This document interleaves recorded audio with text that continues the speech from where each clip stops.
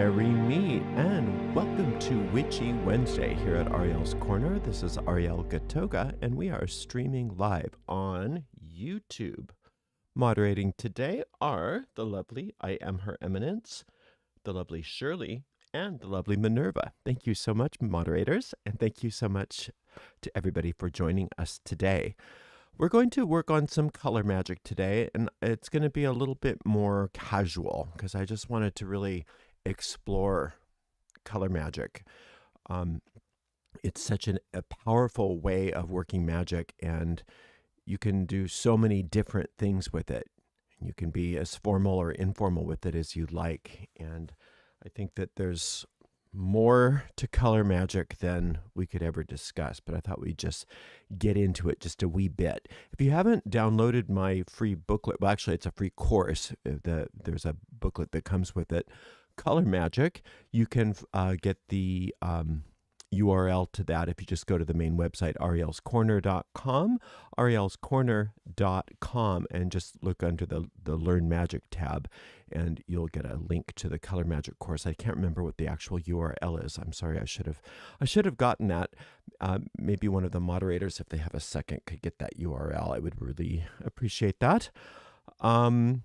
And so that'll give you some basics. So let's go through what we can do with color magic. Actually, let's talk just a little bit about, let's start with the some of the materials you can use. All you really need to do color magic is a piece of paper and some sort of coloring medium. You could use even colored ballpoint pens if you didn't have anything else. So let's get some paper here. And the easiest, cheapest coloring medium is a box of 24 Crayolas. And you can start with these, and they're not very expensive. You can also buy a more extensive version of crayons for probably, I think these were about $12 or something, these 120 crayons, maybe more. I can't remember. They weren't more than $15, I don't think. And there's more in here than you could ever possibly need for your coloring. Now, what you want when you're working this color magic is you want to understand some of the basic color theory and the magical theory. So color theory and magic theory intersect. So you'll want to utilize this concept of the color wheel. And you don't need a fancy one like this if you don't want one, but I do like this because it helps you choose colors. But you can see that all the, well, let's look at it on this side because all the colors are visible. You can see how if we had yellow at the top, if you follow counterclockwise around the color wheel, if you add a wee bit of orange to, well, before we start, Ariel, slow down, one thing at a time. In old-fashioned color theory, now there's new color theory too, especially color theory that deals with online colors and colors on monitors and things like that. We're using the old-fashioned color theory that they teach artists. But if you like the newer color theories, you can use those as well. Anything works. But the primary colors for the old-fashioned color theory are yellow, red, and blue. These three colors here. Now, if you're starting out with yellow and you add a little bit of red to it, or you equal parts red and yellow, you get orange. If you were just using some pigment. And if you add equal parts of red and blue pigment, you theoretically will get violet. And if you add equal parts of yellow and blue, you'll get some green. Now, if you add a little bit of orange to the yellow, you'll get yellow-orange. If you add some orange to the red, you'll get red-orange. If you add some violet to the red, you'll get red-violet. If you add some violet to the blue, you'll get the blue-violet. If you add some blue to the green, you'll get the blue-green, etc. And then you've got this yellow-green when you add yellow and green together. And so those are just the basic colors. And out of that, you'll find a plethora of colors that you can either mix yourself if you have a type of coloring medium like paints that can really be mixed, or that you can purchase. So, like I said, the easiest way to start is with some crayons. And the issue with these crayons is that get closer to my. The issue with these crayons is that, for one thing, you could probably use a better paper for crayons than this. This is a kind of a smooth paper. Crayons work better if there's a little what we call tooth, if there's a little texture. But you see, this is did I get red? Yeah, this is their basic red. And it's nice enough, but if anybody's used crayons from childhood, it comes out a little blotchy, even if you're really careful. But this is what they call red-orange here. And you can see that you can work some color magic with it. Where's my orange? Oh, that's a yellow orange. Here's orange. And you don't need to break the bank. You don't need to break the bank with very expensive artist media. But if you're like me, that will suffice for a while. And you may want to branch out once you get your feet wet and you decide color magic is the thing you like. Color magicians, if they're not actual artists, like to play with many of the same artistic media as artists do, but only because we like to color with it, not because we necessarily want to learn how to draw something realistic. If you're also an artist, that's fine. Now, let's see, before we get going on what I was going to show you, whatever you do, well, here we go. Let's just show you some different media. Okay, so that's our crayon. There's another kind of crayon that's an artist's crayon, and it's extremely expensive. These, I mean, unless you're really into it, you don't really need to buy these, but you can see the difference. Just let's look at some of their basic colors here. See how much more vibrant that is? And it lays down on the paper without all that scratchy stuff.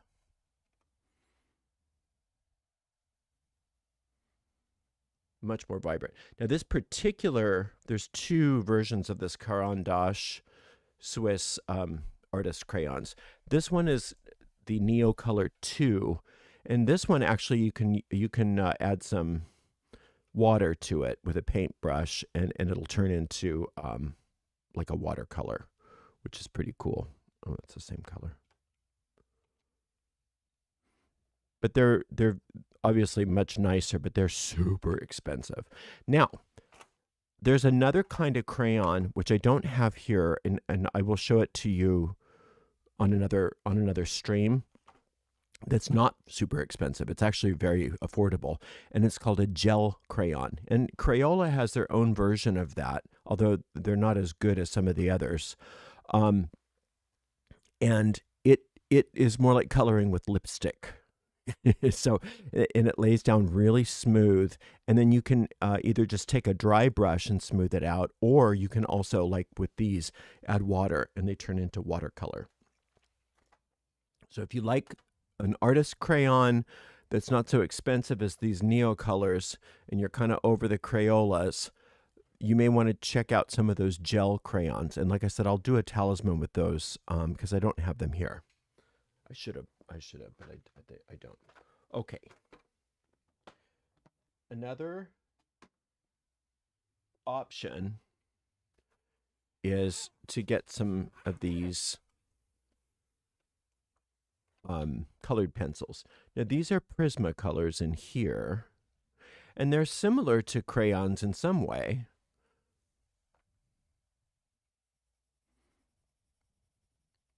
But they lay down a nice color. They're very nice.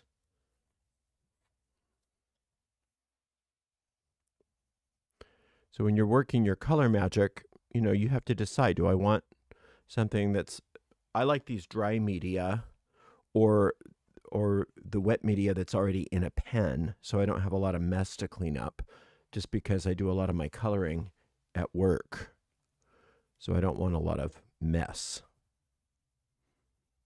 So that's another nice option. And you can get some really nice pencils, artist grade pencils, and they're expensive, or you can get some that are not so expensive. The Crayolas aren't bad, but you can do like one step up from Crayola. I think like the Statler, they're not super expensive and they're very nice quality. And also I have another brand that I love to use. Let's see if I've got them. Yes, called Castle Arts. And these Castle Arts, I'll show you their quality. I think they're probably just as good as the Prismacolor, but about half the price, maybe. So I think budget is something that we are all conscious of. Oh, for some reason, I don't have the reds in here, but I'll show you some oranges anyway. See, that lays down a nice color too. And it's about half the price of the Prismacolor. Now, the cool thing about these nice colored pencils is they are blendable. You can a lot of them you can just blend the one color on top of another, and it blends really well. You can also get the colored pencils that are water soluble, and they do something almost identical to the Neo color in that you can put like a water brush on there or a paintbrush that you've dipped into some water, and they'll turn into watercolor if you like watercolor. All right, so then let's get into some pens. Now these pens here are pigment-based pens. These are kind of pricey, but I'll show you why I like them in a second here. Now these are the only pigment-based pens I used to know about. These are called Pitt pens. And I fell in love with them, and I always hated to show them because I didn't want people to spend the money that if they didn't have it.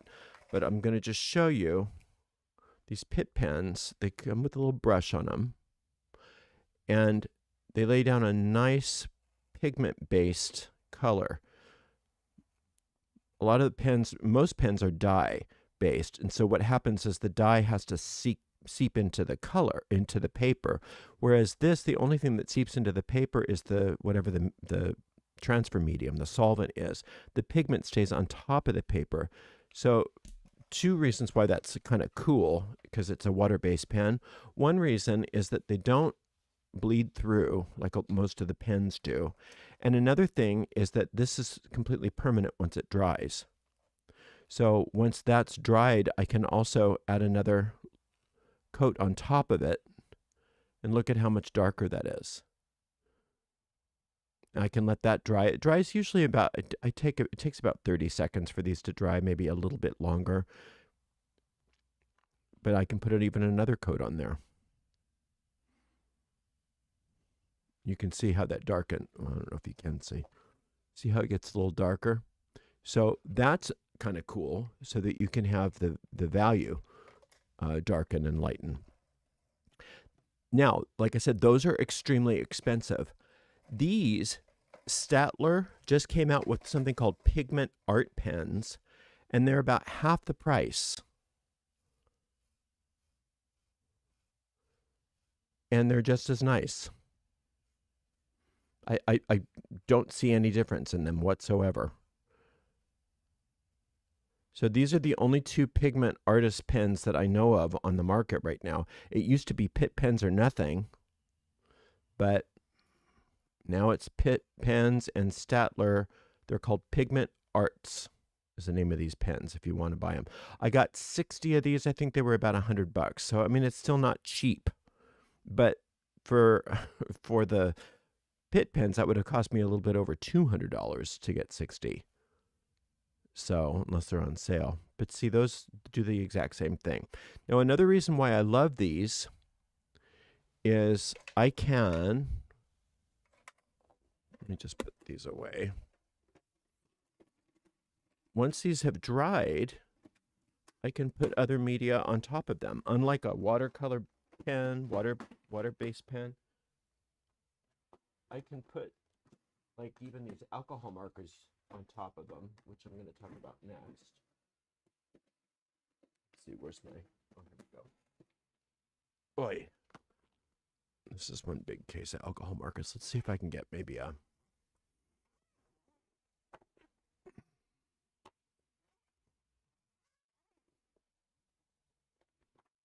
here we go.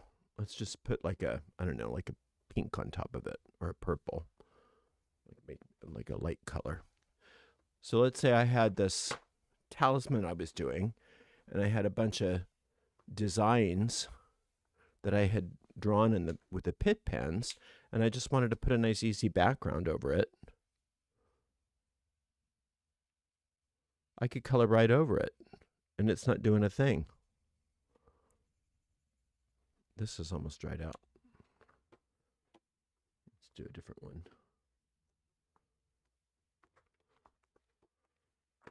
I wanted a, let's say I wanted a nice background. Is this a little juicier? Yeah, it's a little juicier. I can color right on top of it, and it stays put. No biggie. Doesn't bleed, doesn't do anything. So I like those. I like them a lot. But like I said, they are a little pricey, so it's nothing that you need to worry about too much. Okay, and then we have these alcohol markers. Let's just start with those. I love the alcohol markers. I got into them a while back, like many years ago, and they were Copics, and I loved them, but it's just like I'd have to buy a few Copics at a time because they were so freaking expensive. And then Ohuhu came out with their own, and they were like maybe an eighth of the price of the Copics, and they're just as nice. See how these just lay down such a beautiful, smooth color.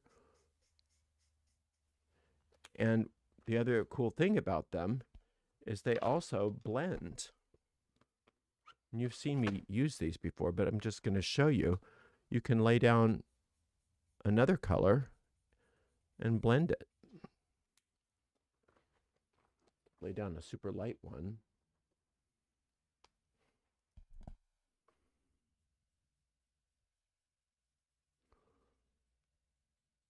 And it just blends. So you could do gradients and all kinds of cool stuff with those.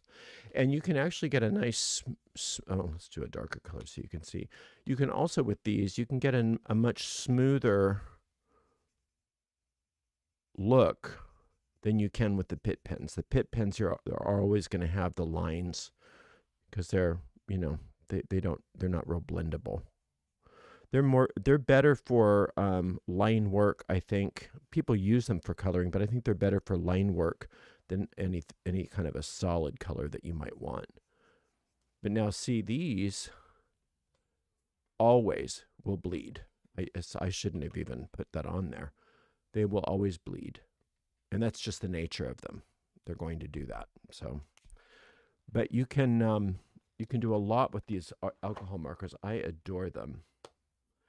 And like I said, the Ohuhu, you can get like 320 colors, I think, which is more than you'll ever need, for just over $100. If you tried to buy 320 colors of Copics, you'd be in the thousands probably, or at least just under 1,000. So, you know, and they're just as good. The only thing that they don't have is they don't have a decent coloring system, numbering system. So you have to organize them and play with them and figure out what goes with what. And I'll show you in a second how to do that with all of your media. Okay, what else am I forgetting here? Oh, then for those of you who prefer to paint, you can use these paint markers. And these are great for these are also great to mix in with other things too. You can blend all these things together if you wanted to. So here's some of that Posca. I just started getting into Posca. What I love about it is, the only thing I don't love about it is that you not only have to shake, but you usually have to prime it. This might be okay because I used them recently. But see how opaque that is? You can color over things. These are great on top of alcohol markers, on top of any marker really, once it's dry. And then Ohuhu makes it a version of, these are acrylic paint markers, but you don't have to prime them and you don't have to shake them. And they're very nice. I think they're just, in some ways, just as good as the Posca. Posca is a lot more expensive than the Ohuhu. And the Ohuhu comes with a bunch of colors.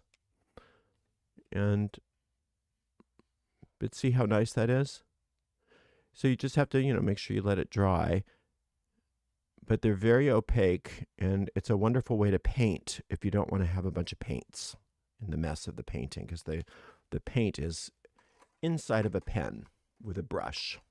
So that's pretty cool. Oh, and then these are also a type of paint pen from Ohuhu, but they have some glitter. And these are better more for lettering. I wonder if I can do it on top of this. It's a little not dry. You don't want to do ink on top of wax because that can screw up your paint, but you can probably do it on top of the alcohol marker, and you can definitely do it on top of the pit pens, and you can definitely do it on top of the alcohol marker if you want to put some glitter in there. And glitter is always fun for magic, especially. So paint pens are great, easy, inexpensive. The Posca is a bit expensive though. But not very expensive really. Anything else I wanted to show you before I got into the next thing? I don't think so. I think that's it. Okay, now also,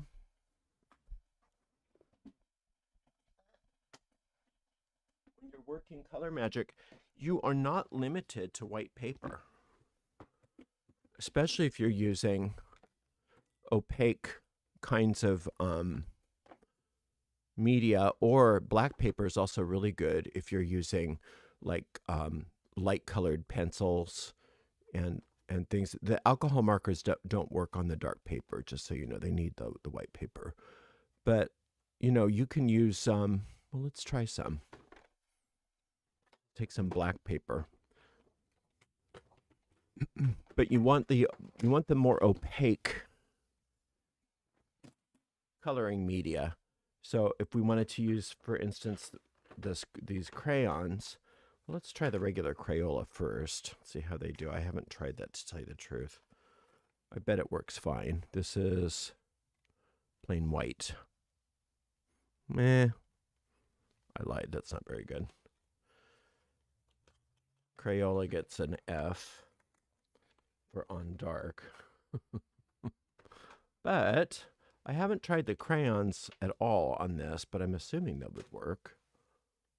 Oh yeah, that's better. And probably some of these light colors will work fine on that too. You can actually swatch everything on black just to see how it's going to be.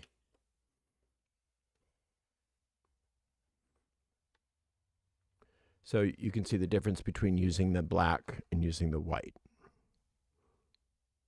Whole different experience there. Let's try. But the things that really work well.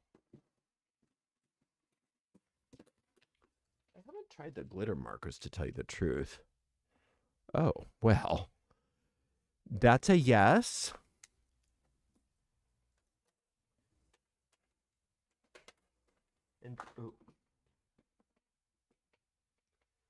And definitely the Posca works great on the dark papers.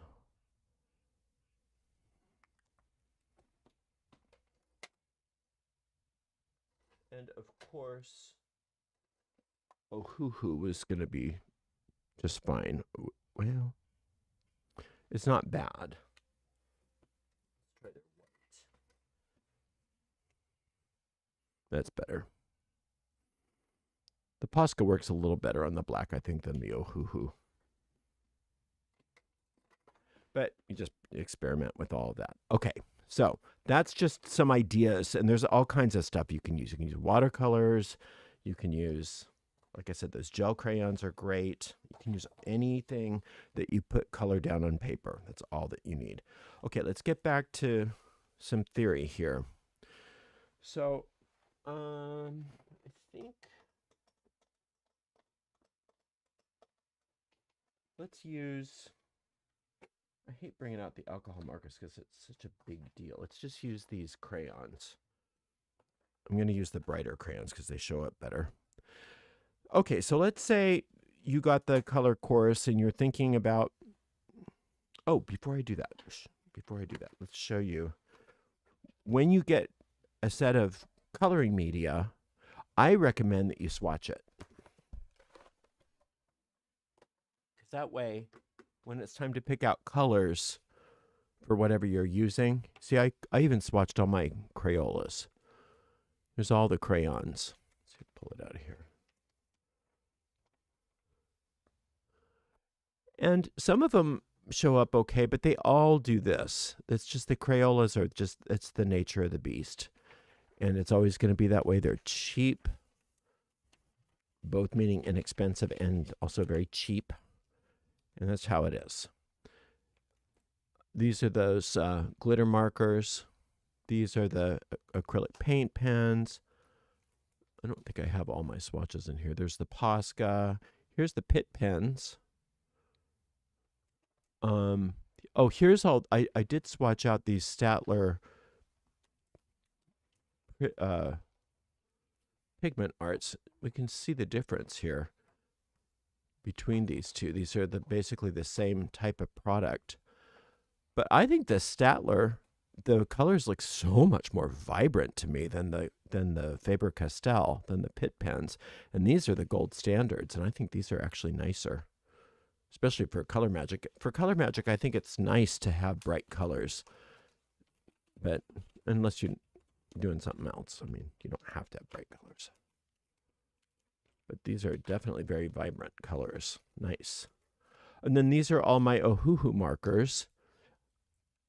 I just did these in like a chromatic order, but I also found some swatch charts online. And I liked these because they broke them down into color families better. These are all Ohuhus. And like I said, since they don't have a good color system, it's up to you. Well, for one thing, when you get the Ohuhus, there's a reason why they're cheap. The quality is amazing. They really are nice, beautiful, amazing markers. But when you get them, let's say you get the, whatever it is, 320 markers, you get a big case with 320 markers in absolutely no order whatsoever. It's like they threw them all in the case. So you have to sort them out yourself. And don't think that the numbers are going to help you. So I put well, they're better now. They've renumbered everything. They're better now. But what I do when I organize them is I put them in order by numbers, so it's easy for me to find them. But then I put them in order on paper based on color. And that way I say, oh, I want this kind of red, or I want these kind of pinks, or I want this kind of brown, whatever I'm working on.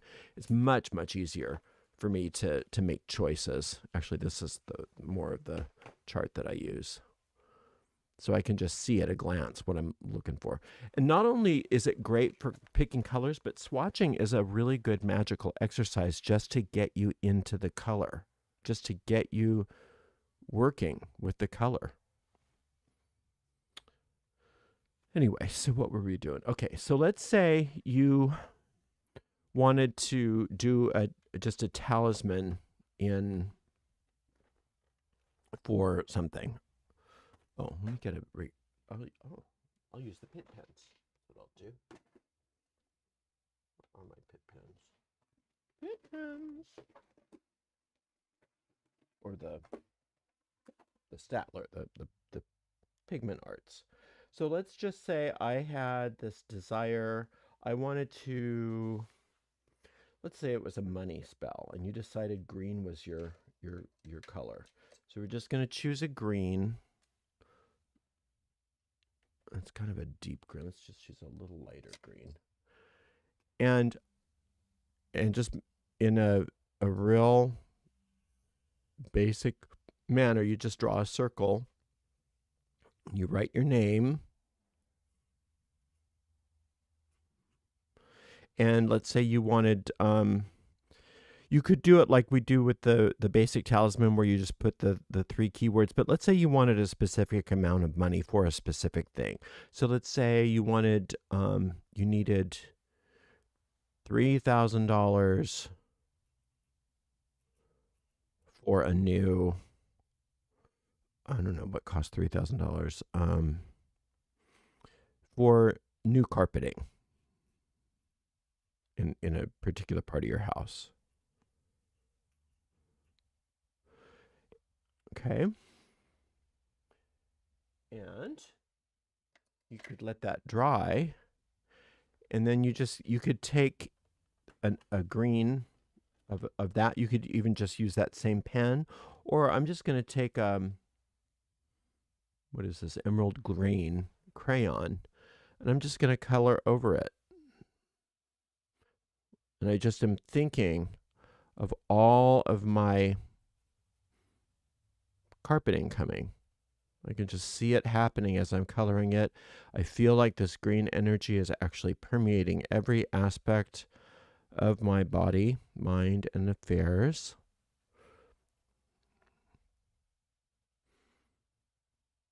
And I'm just feeling like this is my reality. My green reality is here for me. And it's not you don't need to worry about it being a work of art. I mean, you can make it all nice if you want to, but it's really just about getting color down on the paper. It doesn't matter if it's a work of art or not. Now, if I had some thicker paper and I felt like I wanted to smooth that out, I could, since these are water soluble, I could take a water brush to it, but I'm not going to bother with that. This isn't for me to frame. This is a color talisman, right?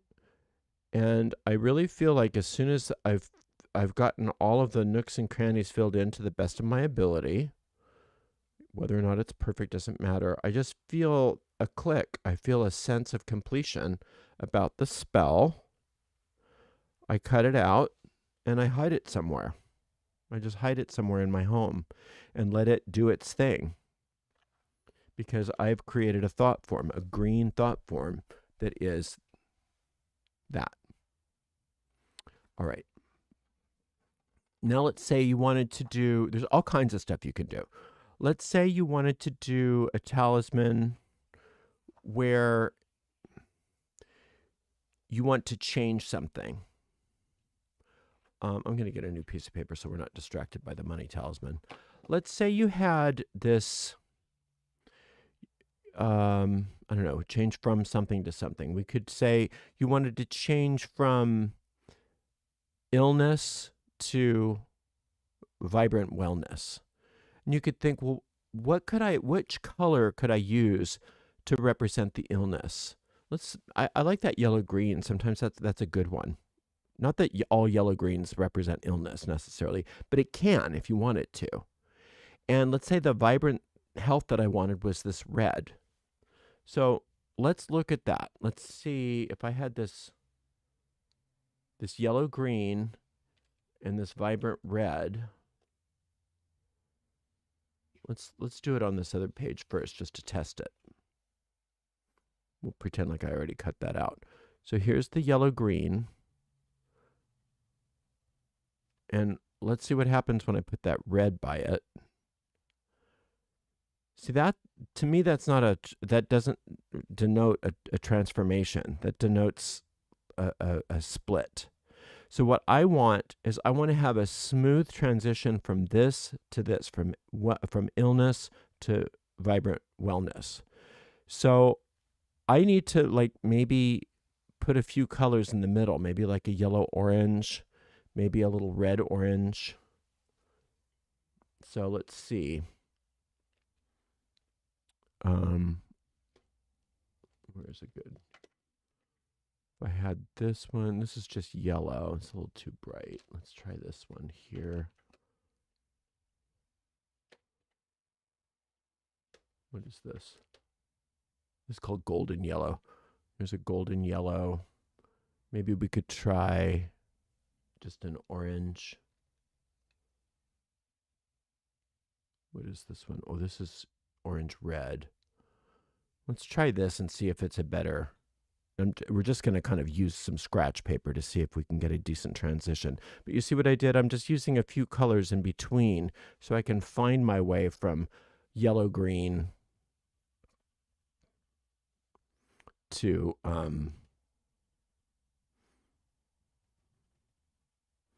red without it being so weird.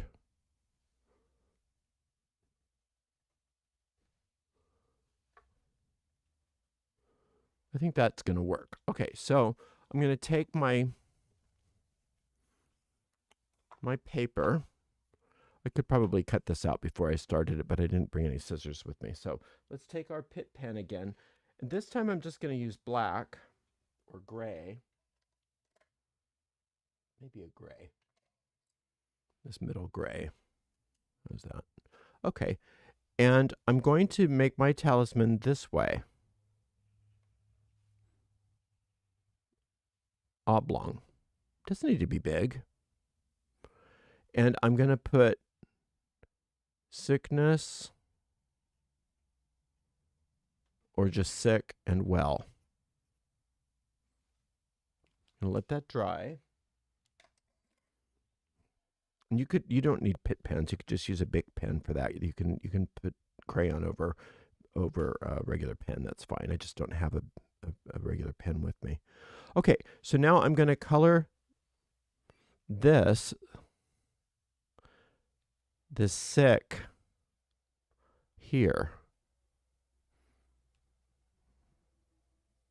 And then I think I'm going to color the well here.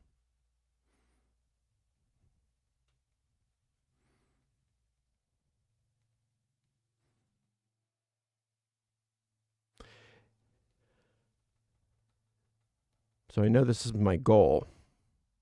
Now I'm going to, in fact, I'll get a little bit more of a tail here. I'm going to start coloring on top of this a little bit.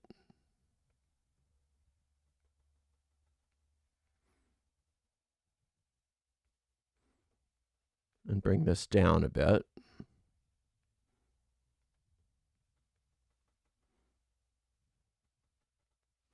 I'm actually going to take this up a bit.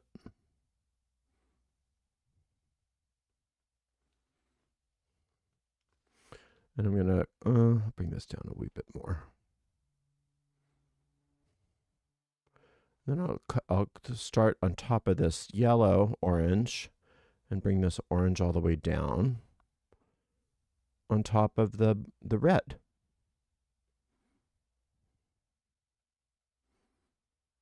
And you can do this with Crayolas. You really can. It's just not as nice looking, and it definitely doesn't video well. Now you could, if you wanted to, just use some water to make that better, but I like just doing it dry. I just don't like the mess. Sometimes I will. Okay, so then I'm just going to take my orange here. I'm going to take my orange yellow here.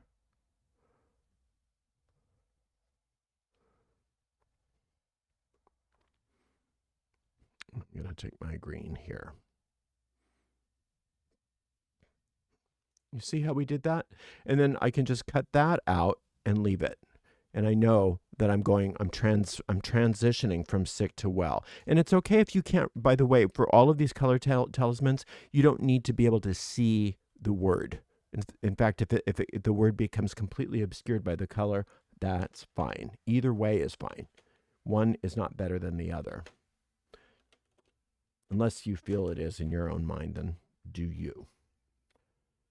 All right. Now, another thing you can do, this one works.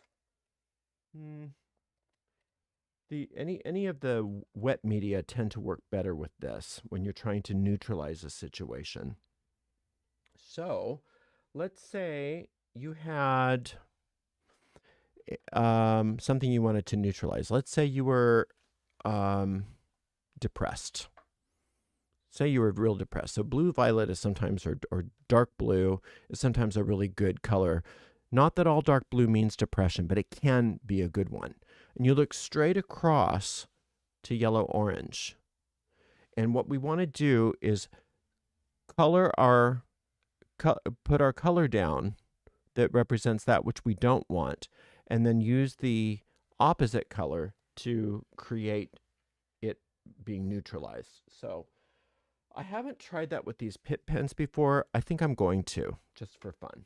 So we're going to start out with this deep blue. Let's see, what do they call this? Navy blue. So let's do a small circle.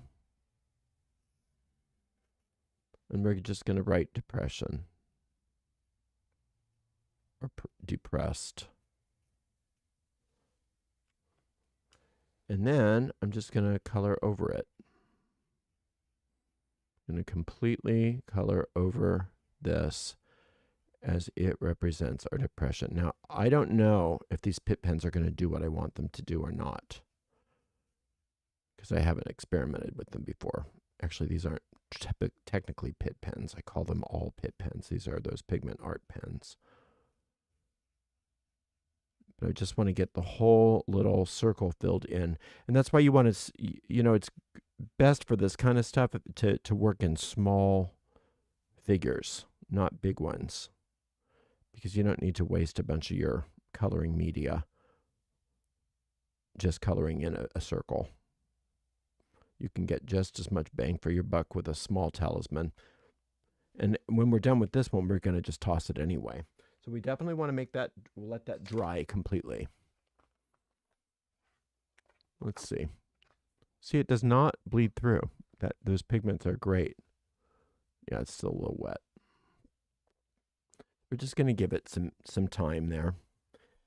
And I'm going to, while we're waiting for that, I'm going to find this yellow-orange, which is, this is called bright yellow. I think this will still work. We'll try it. Let's see what happens.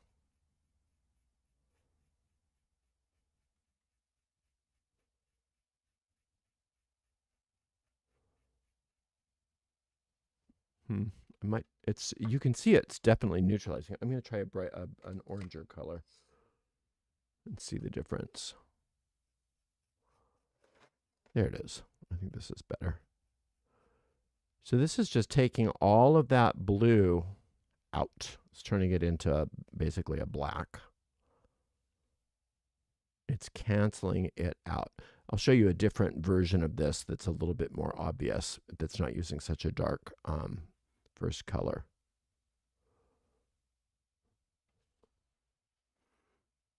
It's starting to pill a bit because I'm overdoing it. That's okay. But you see, the blue is not there anymore. Let's try a different one. Let's do, in fact, let's also do a, I'm going to use a different medium. I usually use alcohol markers for this. Not that that didn't work, it did. Okay, let's decide what we're going to do. Let's say we wanted to do, let's say we were really mad at somebody and we wanted to neutralize our anger. So we'd go from red to green.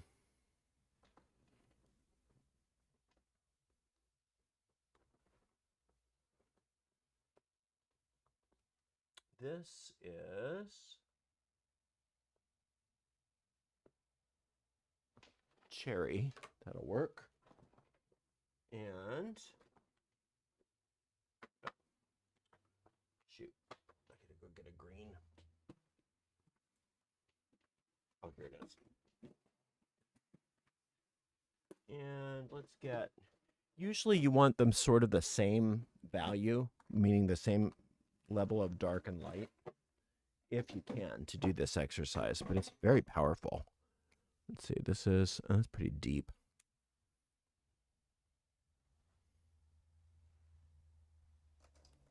What's this value? About the same. Okay. Alrighty.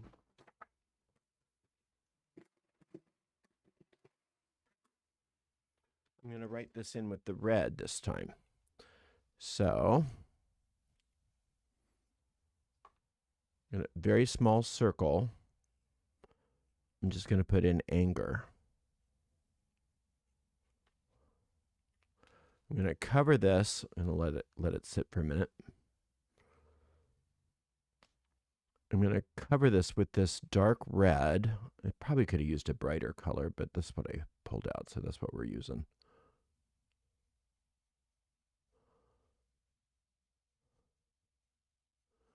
Just really feeling the anger. I'm so angry, so mad.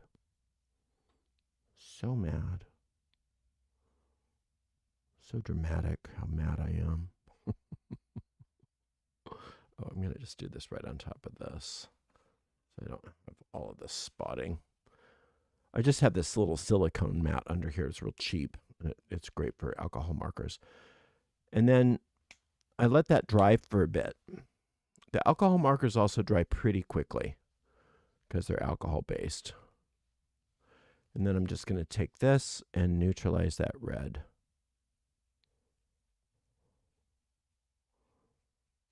I'm not mad anymore. That anger is completely neutralized. I could have used a lighter probably value of the green even, but still it's doing its job. And it just totally neutralized the red. The difference between that and the green by itself. Oh, you can't really see on this camera.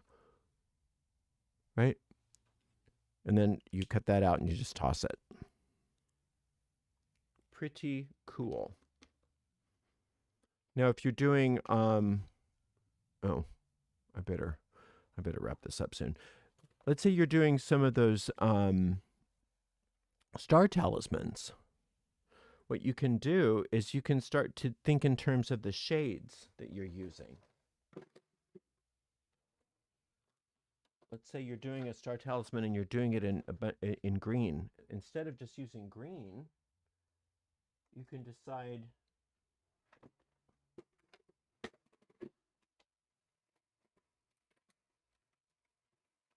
I'm a mess here. Hold on.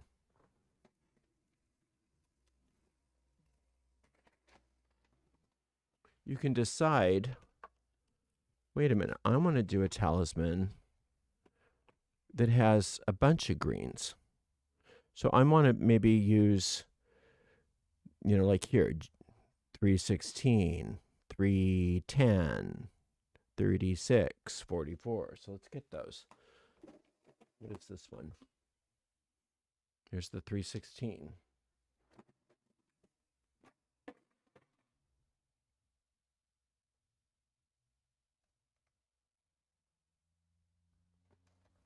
What was that? 316, 310, 311.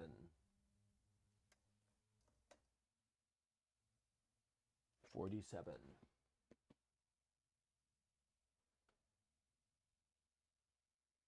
Here we go.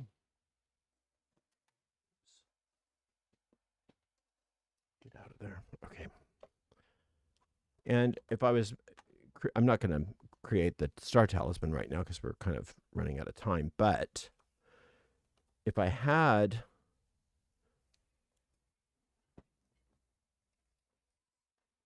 a star talisman,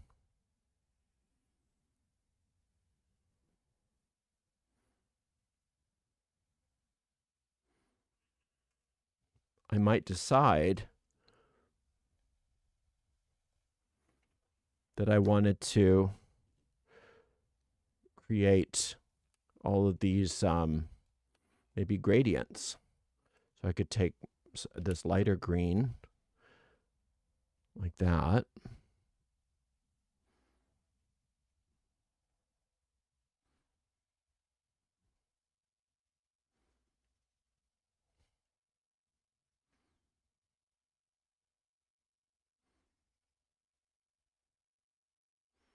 And each of these shades kind of have a different energy, have a different magical power. The darker is more grounded into the physical, whereas the lighter is more mental or spiritual, or however you want to determine that. And let's say I just wanted to do some gradients like this.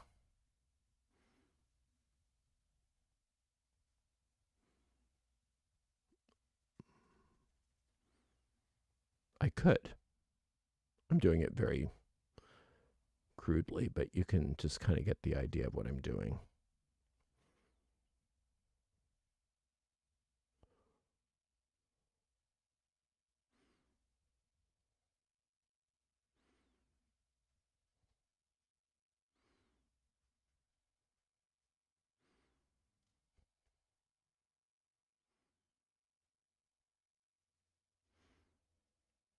Probably could have used a little bit lighter of a shade, but that's okay. 310, here's 316. And it's deep jade green. Which one was this one? I think this is it.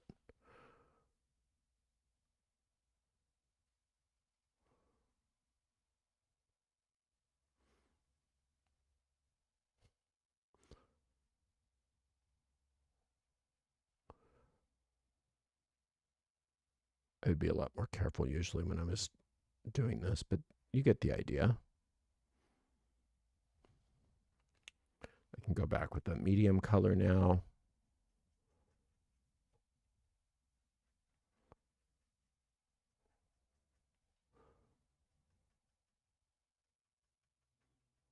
Kind of blend it out a bit.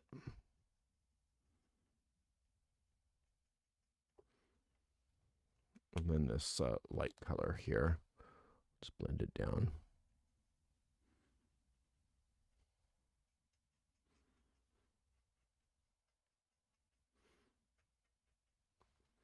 And then I can go across the color wheel and give myself this for the center, perhaps.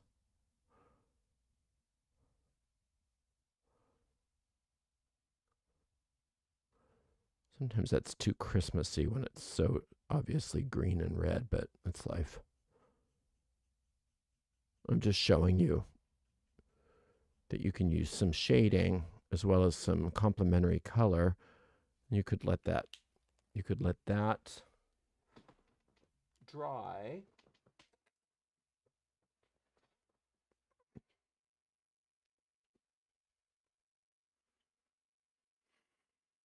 And then this would normally be larger, and then you could write your, oh, see, that's not dry.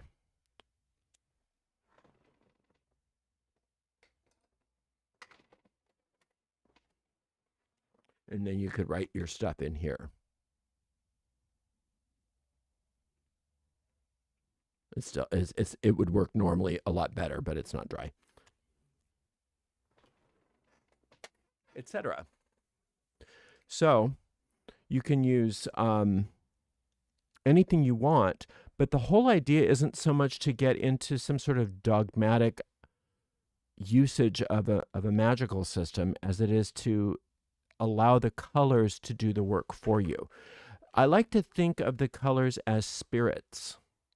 So there's a whole spirit of red, and then underneath red, there's a bunch of sub-spirits that are under red's purview, and that's all the different shades of red and the different types of red. And the same is true for all of the colors on the wheel. And I think of it that way, and the only reason I'll even write stuff on there is just to focus my mind. But I don't have to. I don't have to. In fact, if all I had was this little box of crayons, and I didn't have a lot of time, and I needed some, I don't know, some money for something, I could just think of what I needed. I could just think of exactly what I needed and just draw a little circle while I'm thinking of what I need. Thinking of the money that I need, whatever it is that I needed, while I'm drawing that, coloring that circle in without writing anything whatsoever in there. What's important is that I see the the color that I'm drawing on the paper as energy, as a force, and that energy is permeating me and is doing its work for me to get the money that I need. Then I could cut this out and carry it with me, or hide it somewhere in my home. Just knowing that it doesn't really so much matter what I do with the talisman, is what the talisman just did with my aura, what the talisman just did with my body. So that's all color magic is. You can incorporate the colors into your normal magic. Obviously, we do that all the time when we're doing talismans and things like that. But you can also just put some color on a piece of paper with an intention, cut it out, and hide it in your home, or carry it with you. Or if it's a banishing thing or a neutralizing talisman, just rip it up and throw it away. And just notice how powerful it is to use color as magic. Okay, let me see if I have any questions. We got to get going. Okay, hang on. I have a problem. I can't download any booklet. I see an error. This site can't provide a secure connection. We do have a secure connection. I don't know why you're getting that. I don't know why you're getting that. You send an email to Ariel at ariels-corner.com, Ariel at ariels-corner.com, from the email that you're registering with, and we'll see what's happening, because I don't understand why you're getting that message, because everything we have is secure. Can we get a booklet that just lists all of Ariel's art supplies? Yeah. The problem with that is, what I could probably do is have a list somewhere. But the problem with that is that I'm always buying new stuff, so it would never be definitive. But that's a great idea. I'll figure something out. What is the difference in using star talismans compared to the circle talisman? With the star talismans, you are incorporating geometry and planetary magic, and oftentimes angel magic, which is a type of planetary magic. Whereas the circle, you're just using a thought form all by itself without incorporating any planetary or numerology or geometry to it. It's just a pure thought form. So the circle, just if you think of it as, let me see if I can get here we go. Think of it as this. Think about a cauldron, right? A cauldron, or is like if you put a lid on a cauldron and you seal it, it becomes a pressure cooker, right? And then if you put a valve on top of the pressure cooker, it lets a little of that steam out. And then if you put a separation valve inside that, it separates out what you want. And that's what these are like. This is like a cauldron where you are distilling what you want. So one thing you can do is use this double circle here. And I always like to put it into different quadrants. But I'll do a whole video on this, but this is a great spell. Just the word blessed be.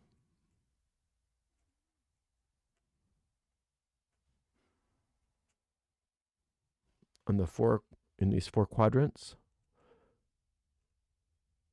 What you're putting on the outside here, sometimes we use God names, etc., is sort of what you're putting in the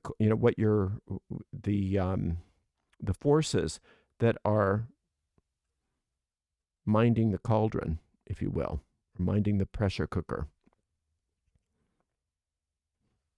And this is a wonderful type of talisman to use, what I'm showing you here, the blessed be, because you can experiment with stuff without worrying about it, because all you're doing is blessing something. So whatever you put in here, you're blessing it.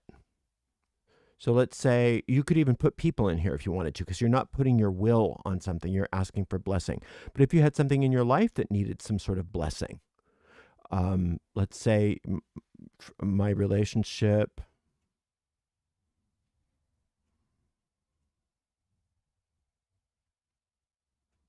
with my father, or something like that. And you don't need anything else. You don't need anything else except for this circle, and then maybe, putting that double circle so that you are, what's the word, that you're adjusting the power that is guiding the operation. But then whatever it is that you want to transform, whatever it is that you want to alchemize, or that you want to distill, you put in the circle. And that's pretty much what any of these types of talismans are. They're a pressure cooker, and you're trying to get a result of some sort of a distillation. And you can think of all talismans as being communication devices between you and your deep mind. And within the deep mind is everything. All of any kind of spirit that you work with, any kind of angel, any kind of god or goddess, demon, whatever your thing is, they all exist in your deep mind.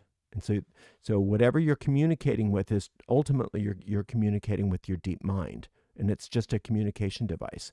And that's why it's good not to be superstitious about your talismans, but you understand how powerful they are, because you're showing your deep mind what you want.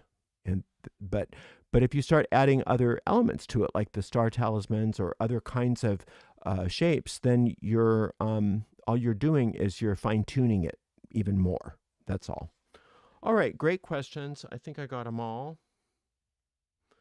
Thank you so much for spending some time with me. I'm sorry this wasn't more formal and focused, but I just kind of wanted to chit-chat a little bit today, and we'll get something more formal next week, probably. Thank you again for the amazing moderators. Today we had the lovely I Am Her Eminence, the lovely Shirley, and the lovely Minerva. And we will see everybody tomorrow for Thrilling Thursday. Until then, blessed be.